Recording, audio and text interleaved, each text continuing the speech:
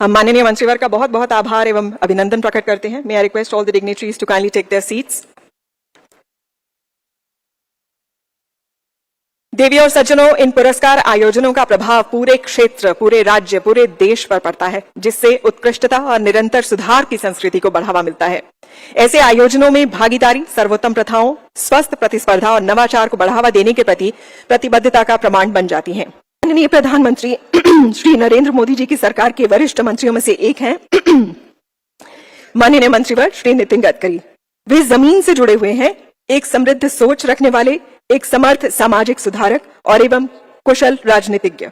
एक ऐसे नेता को आज हम सब अपने बीच पा रहे हैं, जिन्होंने हर पहलू में सबके साथ सबका विकास एक साथ लेकर किया है। तो आइए जोरदार तालियों से उनका अभिवादन करें। मैं माननीय मंत्रीवर से अनुरोध करूंगी कि वे कृपया सभा को संबोधित करें।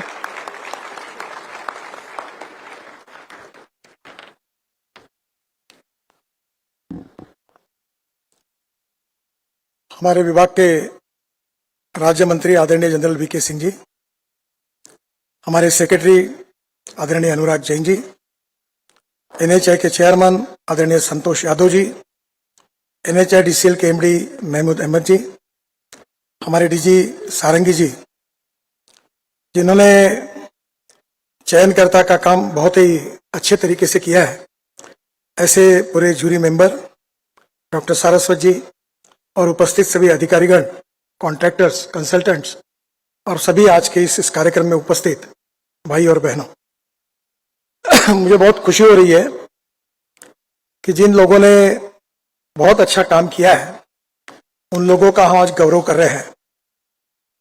विशेष रूप से जो हमारे डिपार्टमेंट में 7 वर्ल्ड रिकॉर्ड बनाए हैं, जो इंडियन हाईवे इंफ्रास्ट्रक्चर में पूरे देश की और दुनिया के लोगों ने जिसको रिकॉग्नाइज किया है, उन सब कॉन्ट्रैक्टर, कंसल्टेंट्स, अधिकारीगण, जिन जिन लोगों ने इसमें परिश्रम किए, उन सबको मैं हृदय से बहुत बहुत शुभकामनाएं देता हूं, शुभेच्छाएं देता हूं। इसके साथ साथ विशेष रूप से हमारे उत्तराखंड में जो टनल आई थी, उसमें जिस प्रकार से एक संकट हमारे ऊपर आया था, पर हिम्मत और परिश्रम के साथ जिन लोगों ने अनेक दिनों तक संघर्ष किया, मेहनत की, परिश्रम किया और अपने जान की जोखिम लगाकर जिन्होंने वहां जो अटके हुए लोग थे उनको वापस लाने का कार्य किया, ऐसे हमारे देश के सभी वीर सपूतों को मैं हृदय से धन्यवाद देता हूं, उनका भी अभिनंदन करता हूं। मुझे विश्वास है कि आज का यह कार्यक्रम निश्चित रूप में हम सबको अनेक सालों तक याद रखेगा। याद इसलिए रखेगा कि हमारे साथ काम करने वाले लोग कितना अच्छा काम कर सकते हैं, कितना बड़ा काम कर सकते हैं, इसका एहसास हम सबको होगा। और इसी प्रकार का अच्छा कार्य हमने भी करना चाहिए, मैंने भी करना चाहिए, ये भाव इसके कारण अनेक लोगों के मन में निर्माण होगा। अभी डॉक्टर सरस्वत जी ने कहा था कि विशेष रूप से जो मलेशिया और अमेरिका से जो लोग उनको मिलने के लिए आए थे, उन्होंने रोड नेटवर्क की बहुत तारीफ की।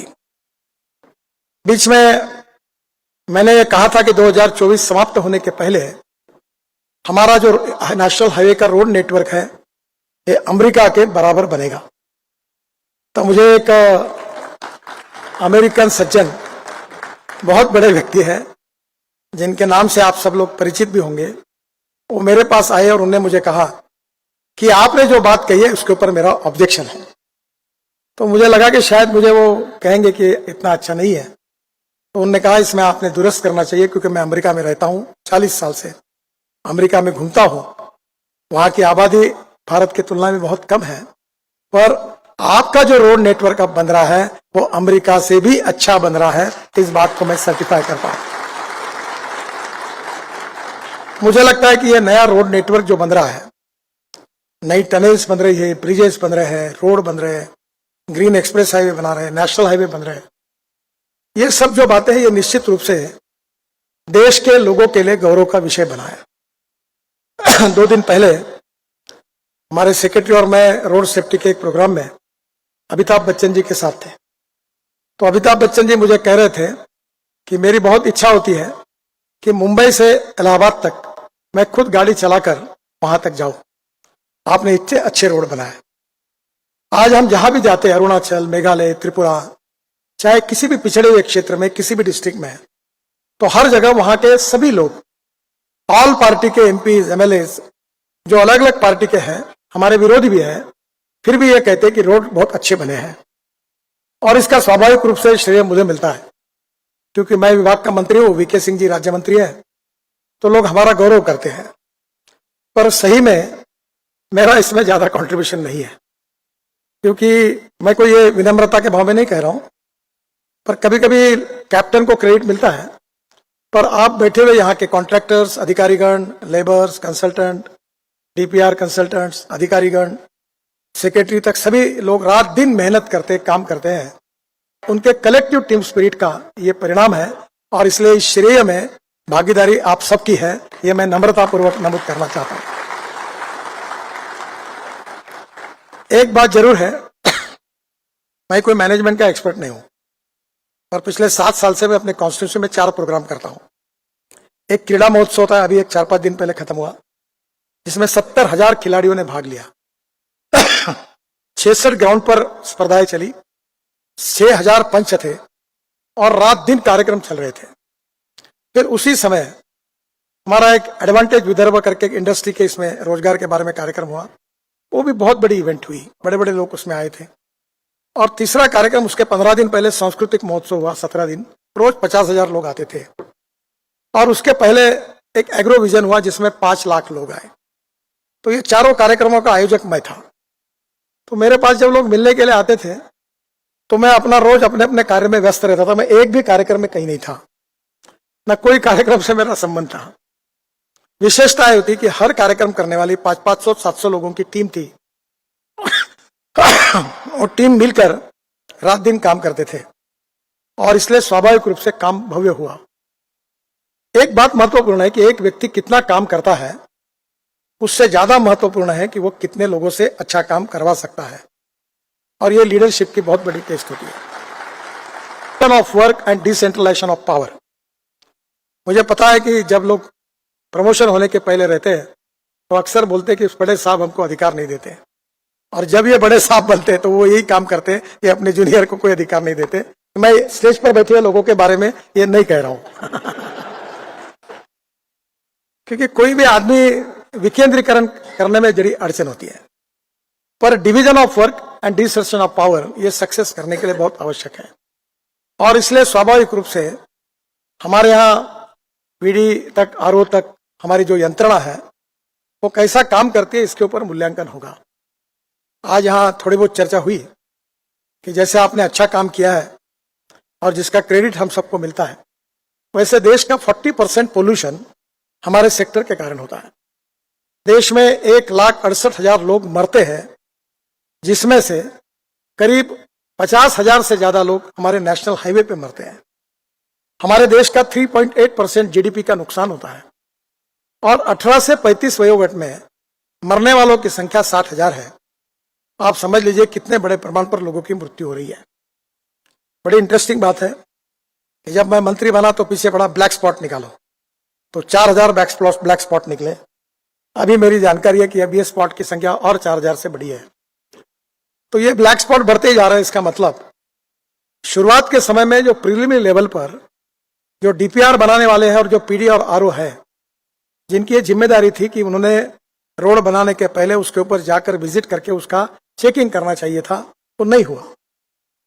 कभी यहाँ कमियां हो सकती है।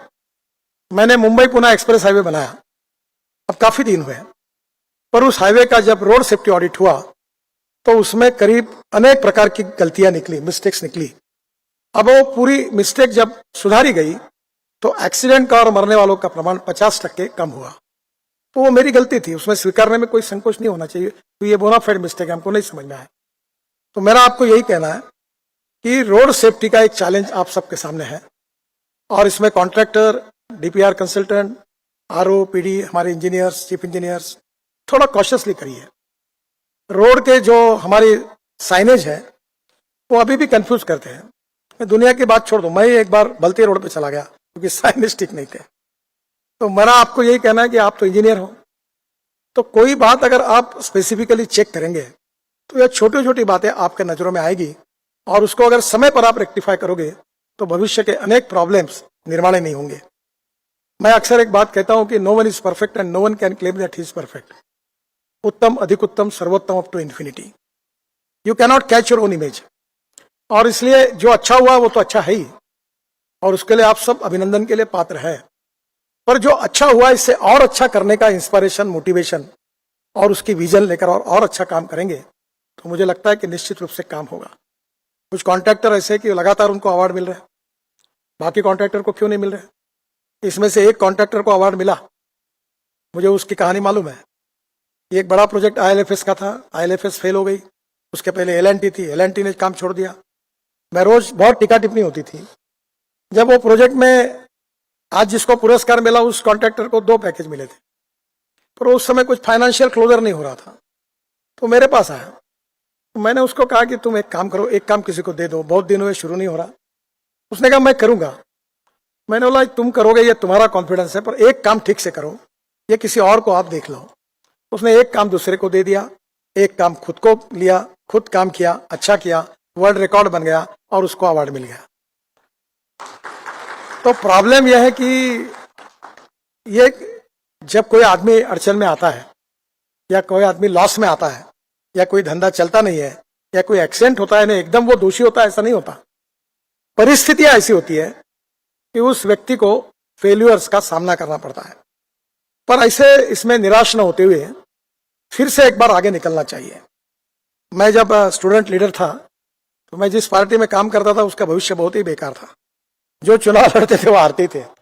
और मैंने एक बार सत्कार किया, क्योंकि मैं काम करता था, तो विजय उम्मीदवारों का सत्कार किया। तो विजय उम्मीदवारों का मतलब था जिनका डिपॉजिट बचा है उनका मैंने सत्कार किया था, यानी जीतने वालों का नहीं। पर मुझे विश्वास था हम लोग काम करते रहे, और एक दिन अटल बिहारी वाजपेयी जी की सरकार आई, मोदी जी की सरकार आई। तो पराभव से निराश नहीं होना चाहिए, निगेटिविटी नहीं रखनी चाहिए। मेरे एक मित्र थे, बहुत विद्वान थे, वो उनको बहुत बड़ी मान्यता थी, देश में सबसे ज्यादा डिग्रियां उन्होंने ली थी, कांग्रेस के मंत्री थे, राज्यसभा सदस्य थे। और एक दिन उन्होंने मुझे कहा कि नितिन तुम्हारा भविष्य अच्छा नहीं है। बोला क्यों? बोले तुम्हारी पार्टी में कोई भविष्य अच्छा नहीं है, तुम ये पार्टी छोड़ दो। बोला मैं नहीं छोड़ूंगा, जो होगा सो होगा। बाद में उन्होंने मुझे किताब दी थी, और वो किताब वो रिचर्ड निक्सन करके अमेरिकन राष्ट्रपति थे, उनके जीवन पर थी। आपको याद होगा वाटरगेट का कांड जब हुआ था तो वॉशिंगटन में रिचर्ड निक्सन को उनके एक एरिया में लोगों ने रहने के लिए भी मनाही की थी, इतना लोगों के मन में उनके प्रति हेट्रेट था। और उससे समय उन्होंने अपना आत्मचरित्र लिखा था, और उस आत्मचरित्र की बात जो है मैं जिंदगी में याद रखता हूँ, बहुत बार बताता हूँ। उसमें उन्होंने एक बात कही थी, the man is finish when is defeated. नहीं, man is not finish when is defeated, but is finish when he quits. पराजय होने के बाद कोई समाप्त नहीं होता, युद्ध भूमि छोड़कर जब भाग जाता है तब वो समाप्त होता है। चैलेंजेस किसके लाइफ में नहीं है, अड़चने और समस्या किसके लाइफ में नहीं है, पर चैलेंजेस और अड़चन और समस्याओं पर जो मात करते हैं वही आगे जाते हैं। और ये बात सबको लागू है, और इसलिए अनुभव से सीखते हुए परफेक्शन की तरफ जाना, यही हमारा सबका प्रयास है। हम लोग चाहते हैं कि कॉस्ट ऑफ कंस्ट्रक्शन को कम करें, क्वालिटी ऑफ कंस्ट्रक्शन को इंप्रूव करें, और हमारी पर्यावरण को, इकोलॉजी एंड एनवायरनमेंट को प्रोटेक्ट करने के लिए हम कंट्रीब्यूट करें। और मुझे लगता है कि लोगों को पड़ता है कुछ दिनों के बाद। ये बांबू के क्रैश बैरियर की मैं बात करता तो मेरे साथ के आजू बाजू के इंजीनियर हंसते थे कि क्या क्या नया नया लाते हैं, कि बोले ये क्या होगा। पर वो बांबू का क्रैश बैरियर इंदौर के इंस्टीट्यूट में पास हो गया। मैंने टॉयलेट का पानी बेचने का काम 7 साल पहले किया मेरे शहर में, मुझे 300 करोड़ रुपए मिलते हैं हमारे को, महानगर पालिका को, टॉयलेट का पानी बेचा। अभी अलग अलग प्रकार की ऐसी बातें होती है कि जो आउट ऑफ बॉक्स होती है, उस पर लोगों का विश्वास होने के लिए टाइम लगता है, और जो प्रयोग करते हैं उनको सपोर्ट नहीं मिलता। जो टेक्नोलॉजी नहीं लाते हैं उसमें मैं मजाक में कहता हूँ आपके यहाँ इंडिपेंडेंट इंजीनियर है, मैंने उसका नाम डिपेंडेंट इंजीनियर रखा है। मैं जब मीटिंग में बुलाता हूँ तो NHI के RORPD की तरफ देखते रहता है, मेरे तरफ नहीं देखता हूँ। मैंने बोला पहले इसको पढ़ाने के बराबर आपने, तो ये ऐसे इंजीनियर कुछ काम के नहीं है। जो कुछ कहने की ताकत रखेंगे कि ये गलत है तो काम होगा, जो अगर नहीं रखेंगे तो मुश्किलें होगी। ये बात जरूर है कि boss is always correct. Boss ने भी ये ध्यान में रखना चाहिए कि सबऑर्डिनेट कुछ बताता है, अपनी गलती निकालता है, तो उसको अन्यथा नहीं लेना चाहिए। अगर वो सही है तो उसको एक्सेप्ट करना चाहिए। तो मुझे निश्चित रूप से मालूम है कि हमारे में बहुत बड़े सुधार हो रहे हैं, और सुधार होते समय मैं आज सेक्रेटरी साहब को बहुत दिनों से अनुरोध कर रहा हूं, उन्होंने गति शक्ति जैसा बहुत अच्छा प्लान बनाया। तो मैंने उनको ऐसा रिक्वेस्ट की है कि ऐसा सॉफ्टवेयर तैयार कर दो कि कोई भी पीडी और आरओ को कौन से दिन ये ईओटी और सीओएस का प्रपोजल मिला, कितने दिन में किसने रखा और कितने दिन के बाद निर्णय किया। ये अगर हो जाएगा तो आपका एनएचआई और अपना सब आधा सुधर जाएगा, कोई प्रॉब्लम नहीं रहेगा। मैं तुमको बता दूं, ज्ञान कोई कम ज्यादा रहे, निर्णय करो, फाइल को पेंडिंग मत रखो। जो तुमको लगता, मैं I am the last person, आज तक 10 साल में मैंने गैर कानूनी काम नहीं बताया, पर अब मुझे लग रहा है कि जो आर्बिट्रेशन में अवार्ड आते हैं तो एक बार उनका भी तो सत्कार करें कि जिनके कारण हमको 1000 2 हजार करोड़ का चूना लगा। अच्छा, वो वहां रुकते नहीं, 1000 करोड़ का चूना उसी केस में लगाकर अगले प्रोजेक्ट में फिर से चूना लगाने की तैयारी कर लेते हैं, फिर वही गलतियां वहां करते हैं। ये कंटिन्यूअस प्रोसेस चल रही है। तो कहीं ना कहीं हमें बोनाफाइड मिस्टेक्स होगी तो सुधरना होगा, और टाइम ये हमारे लिए बहुत इंपॉर्टेंट है। फाइनेंशियल जगत में टाइम नाम का जो शब्द है वो कैपिटल इन्वेस्टमेंट और टेक्नोलॉजी से भी महत्वपूर्ण है, और इसलिए समय पर निर्णय करना, ये बात अगर हमने की तो मुझे लगता है हमारे आधे प्रॉब्लम सॉल्व हो सकते हैं।